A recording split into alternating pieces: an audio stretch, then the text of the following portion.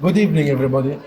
I was asked to say a few words, but I'm very pleased to see many of our friends here today. And yes, after all these 2 years of COVID, and to manage to put together such a dear crowd of friends and writers and thinkers. Pleased to be here and pleased to attend yet again another book award, the Palestine Book Award. This is the 11th Book Award. It is a great pleasure too to present the academic award tonight. I know that the books in this category are always of the highest quality, and I'm very, very touched and proud to see many authors, writers, researchers from all over the world producing this cutting-edge knowledge on Palestine. I'm particularly touched to see my Palestinian fellows coming from Palestine, Muhammad and Mus'ab. And you should have told your ambassador that you're coming. This is a conversation for after the dinner. The books in all categories. The most impressive thing to me about this night is how every year, and I have had the honor of being here before, the books keep getting better and better and keep coming in such a powerful way of portraying and describing reality in Palestine from all its facets. Also the keynote speakers are getting better and better. And I'm so humbled to follow Sarah. Sarah is not only an inspiration to all of us. I was a junior economist when I first met Sarah in 1996, was it, in Gaza. I was a UN officer, a very little small economist. And Sarah comes to my office with a notebook and a pen and wanting to interview me. And I was looking at her, is this Sarah Roy that I just read her book, The De-Development of Gaza? And she wants to ask me questions.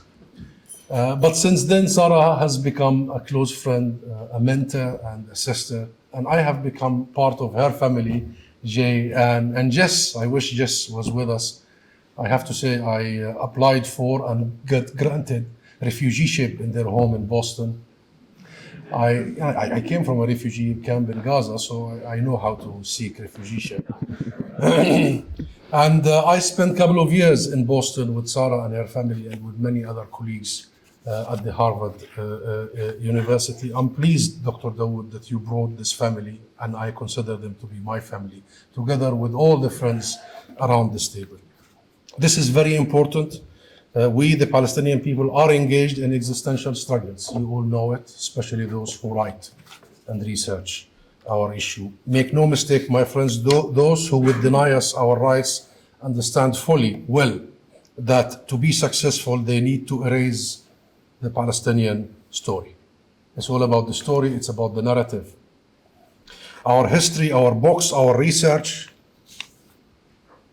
By the way, you know, when Israel invaded Beirut and Lebanon in 1982, one of the main targets was the PLO Research Center.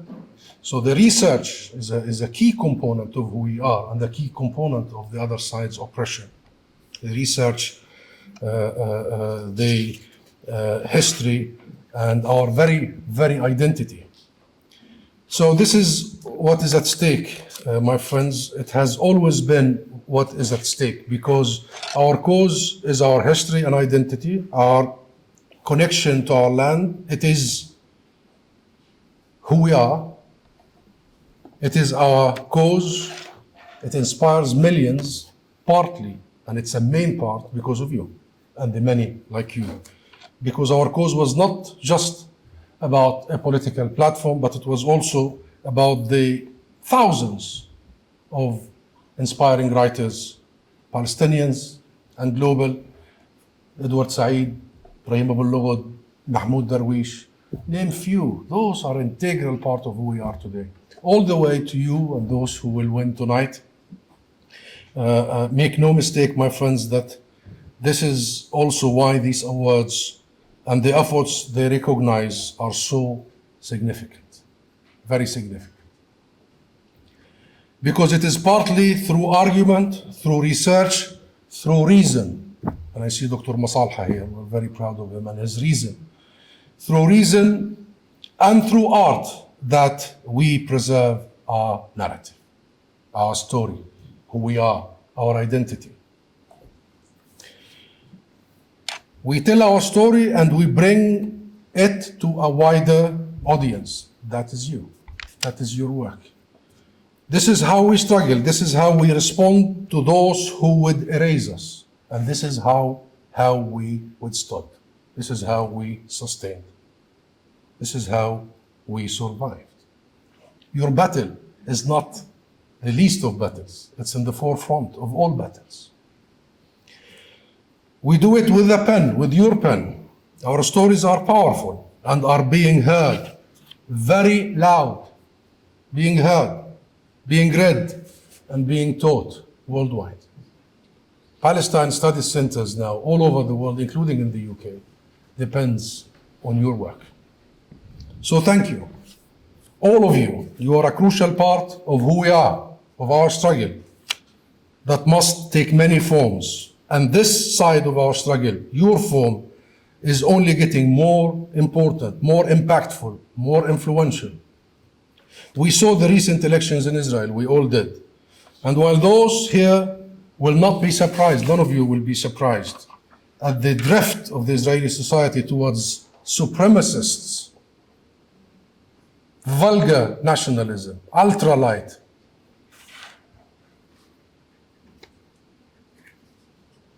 Your work is going to be even more crucial and more needed. And it is one that those of you here are uniquely well placed to meet, all that challenge. I mean, with people in the center of Israeli government like Ben Gvir, we need your pen more than ever. More than ever. And I heard the very moving, touching story of Sarah about terror, about hunger, and about humanity. And there is no pain that is exclusive to any. And we should not compare our pain to any other pain. But human feelings are universal. And this is a crucial message. And illegality corrupts both the occupier and the oppressed.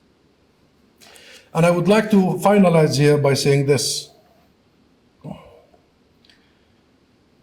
It is a challenge to a worldview, to all of us, that holds that all humans are equal. What is happening in Israel after all these years is a challenge to all of us, to all of you, that all humans should have the same rights. It is a challenge to the very premise of our world, of our human family. It is a challenge to the intellectual world. And as Martin Luther King once said that the arc of history bends towards justice, we do believe that. I do believe that. If that is true, and it is true, we will find our way back home, my friends. And we will find our way back to a free Palestine.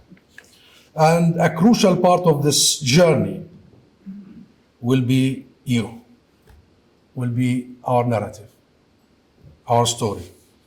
Too often our voices are silenced, and Nasim knows this best here in the UK. Too often our voices are silenced.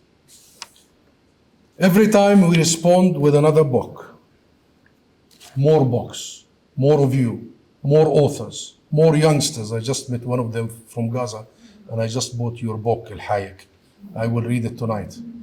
More of the Al Hayek family, more of you, more writers, more intellectuals, more poets. Thank you.